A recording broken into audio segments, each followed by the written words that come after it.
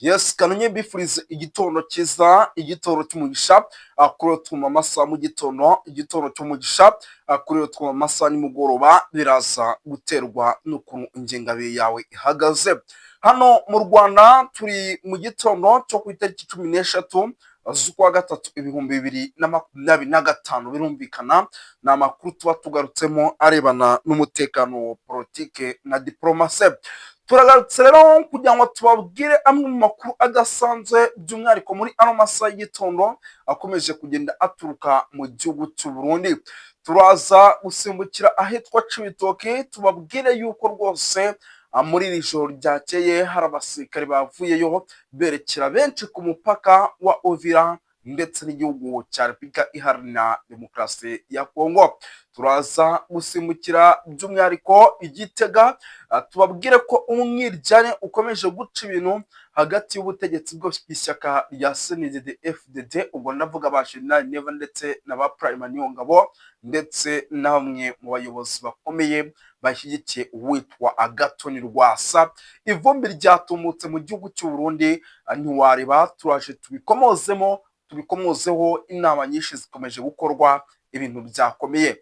Turaza kugaruka gato ku kibuga cy'indege cya Bujumbura nk'abantu b'Imana mwe, situation yatari ku kibuga cy'indege cya Bujumbura ubu tuvugana, icyitwa isubiranamo ry'abasirikare bari gukora ku kibuga cy'indege rirakataje, kuko no muri iri joro ryakeye bashatse gusubiranamo ariko Imana iza gukinga amaboko. Iyo idakinga akaboko amasasu menshi yari kumvikana ku kibuga cy'indege cya Bujumbura, ariko Imana iza kuba ikinga akaboko. Turaza kugaruka ku myitozo idasanzwe ikomeje guhabwa ingabo ahitwa mu ishyamba rya Kimeza, akaba ari ishyamba rya Kibira.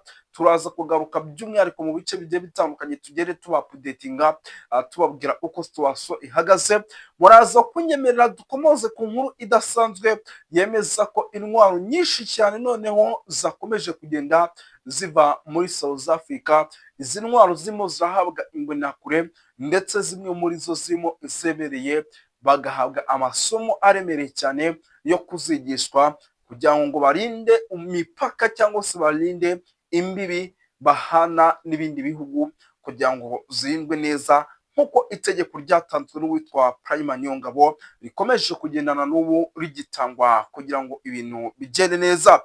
Byose rero tugiye kuba tubyinjiranamo gatanu kuri kagenzi kako, nibiza kutwemerera ku murongo wa telefoni turaza guhamagara imwe muri drone irimo iragenda idushyikiraho idugezaho amakuru by'umwihariko iri hariya mu gihugu cy'u Burundi, hasigaye ibintu bigende neza kugira ngo mwumve ukuri kwa nyako kubiri kuvugwa by'umwihariko hano mu gihugu cy'u Burundi, kuko ibintu byakaze bikomeje kuba ibindi. Ariko mbere yo kugira ngo twinjire mu bindi byose, munyemerere tubanza twinjire mu nkuru idasanzwe by'umwihariko. Mbere yo kugira ngo twinjire mu miripuko rwose, munyemerere tubanza twinjire mu nkuru idasanzwe. Ni inkuru irebana n'umutekano, politike na diplomasi. Ni inkuru iremereye cyane igaragaza ko witwa General Prime Niyongabo ndetse n'abandi ba generali bakomeye muri iri joro ryakeye baraye mu nama idasanzwe.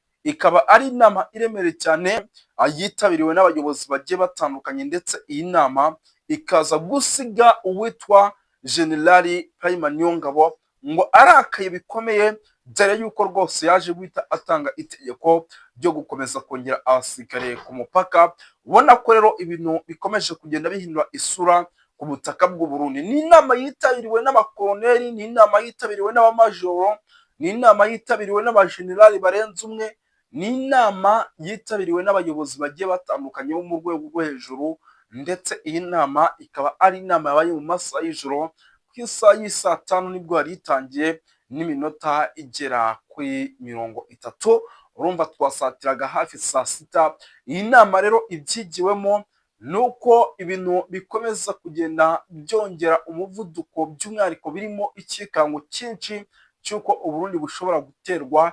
Ibi bintu byose babirangiza ndetse kandi bakongera umutekano mu bice bigiye bitandukanye, kugira ngo umwanzi cyangwa se aduyi ataza kubona aho apfumurira. Ni inama rero yagarutsweho ndetse kandi ikagarukwaho na bamwe mu bayobozi bagiye batandukanye by'umwihariko mu gisirikare cy'u Burundi kandi barimo n'abakomeye. Iyi nama rero nyamuna ikaba ari inama yanagarutse ku kuntu ngo imipaka igomba kurindwa by'umwihariko umupaka w'u Rwanda n'igihugu cy'u Burundi ndetse n'umupaka w'ubuseruka bwa Kongo ndetse n'igihugu cy'u Burundi. Birumvikana ko yari inama rukokoma, ariko mw'abantu b'Imana mwe ni inama kugeza magingo aya itarimo iragira icyo ikomfirima cya nyacyo, kuko ni inama zikomeje gukorwa ari nyinshi mu gihugu cy'u Burundi kugeza magingo aya zitari kugira icyo zigeraho. Birumvikana yuko rero ibintu bitoroshye habe namba. Andi makuru arimo agenda atugeraho aturuka ku mirongo y'imbere ku rugamba ubu tuvugana, ni amakuru yemeza ko ahitwa Cibitoke hamaze kuvanwa abasirikare bajya ku mipaka igiye itandukanye. Nubwo izi nama zirimo ziragenda zikorwa, ariko bimwe muri byo biri kugenda byubahirizwa, ariko nabwo ugasanga n'itegeko rya bamwe mu basirikare n'ubundi bakomeye mu gihugu cy'u Burundi, ugasanga bamwe ntibarimo barabyumva, kuko baravuga bati ibi ni ubushozi, ni ukugaragaza ko dushaka gushoza intambara ku mipaka. Ni ukugaragaza ko dushaka gushoza intambara ku mipaka nta kindi. Birumvikana yuko rero situwasiyo ari hatari, ndetse kandi ibintu ikomeje kugenda bikara, ariko kandi ari nako bikarata. Rero abasirikare bagera kuri 600 tayari ubwo tuba twamaze kugera kuri batayo, nibo barimo baragera imipaka igiye itandukanye. Abasirikare ibintu bakaba babikoze guhera mu masaha y'ijoro n'ubundi, ubwo itegeko ryatangwaga n'uwitwa General Prime Niyongabo. Ibi rero bikaba birimo biratera ubwoba bwinshi abanyagihugu.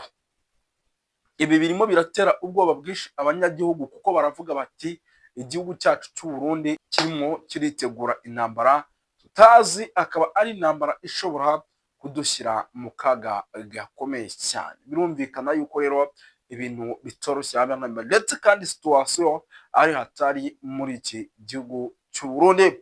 Tugaruke gato ku kibuga cy'indege mw'abantu b'Imana mwe, ahangaha rwose amakuru twamaze kwakira ngo bigendanye n'ukuntu ngo hari aba FDLR bafasha igihugu cy'u Burundi mu bijyanye no gucunga umutekano, ndetse aba FDLR bakaba bashaka gushyiraho amategeko yabo hano rwose ku kibuga cy'indege cya Bujumbura.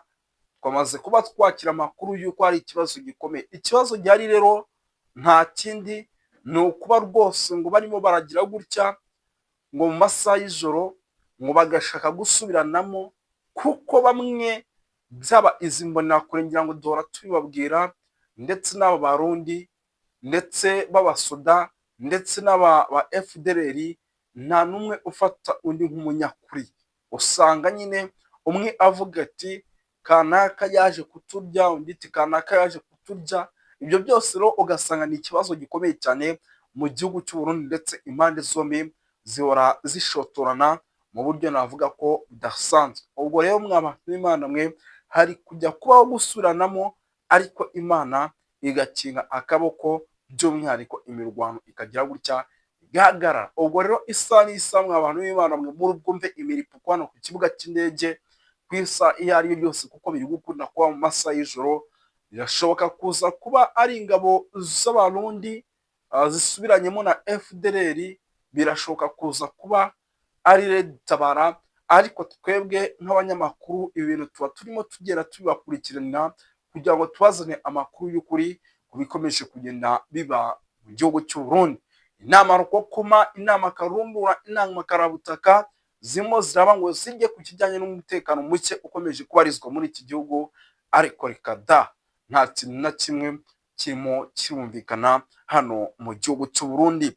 Andi makuru rero atayo ivumbi, ni amakuru mamenye nashidikanya yuko nayo rwose aremereye cyane. Ni hano gato mu ishyamba ry'ikibira, mu ishyamba rya kimeza, icyitwa imyiteguro, icyitwa umwitozo udasanzwe igihugu cy'u Burundi gikomeje kuwutanga. Ndetse iyi myiteguro cyangwa se iyi myitozo idasanzwe iki gihugu cy'u Burundi kiri kuyitanga, ube ufite imyaka yuzuye, udafite imyaka yuzuye, ibi ntabwo bibareba.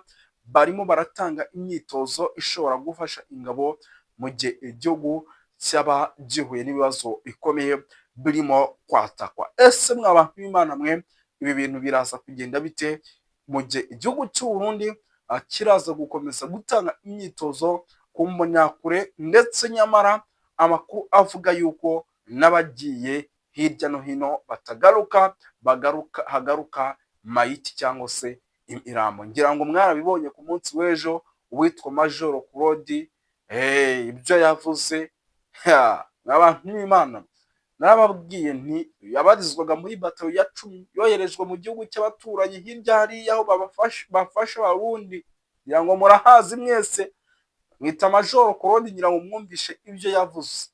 Abantu b'Imana mwe rero icyo nababwira cyo, ibintu birakaze nimba abasirikare bafite amapeti akomakomeye mu gisirikare barimo bagenda babafata kuriya, ikintu ni ikintu kigaragaza ko isa n'isa igihugu cy'u Burundi kirimo kirohereza abasirikare kandi benshi, kuko kimaze kohereza amabatayo n'akatari amabatayo. Abantu b'Imana mwe rero icyo nababwira cyo, ibintu bikomeje gukara, ariko kandi ari nako bikarata. Aya rero ni amakuru n'ubundi nza makubita, ariko nkagumya nkabakurikirana kugira ngo tumenye byinshi bigiye bitandukanye birenzeho, n'ubundi turaza kuguma tubikurikirane. Yari umuhungu wanyu Moses nk'ibisanzwe, rero turaza kuguma dukurikirane byinshi. Amakuru yacu nakagaruka hano kuri Duniani Quote TV. Murakoze cyane.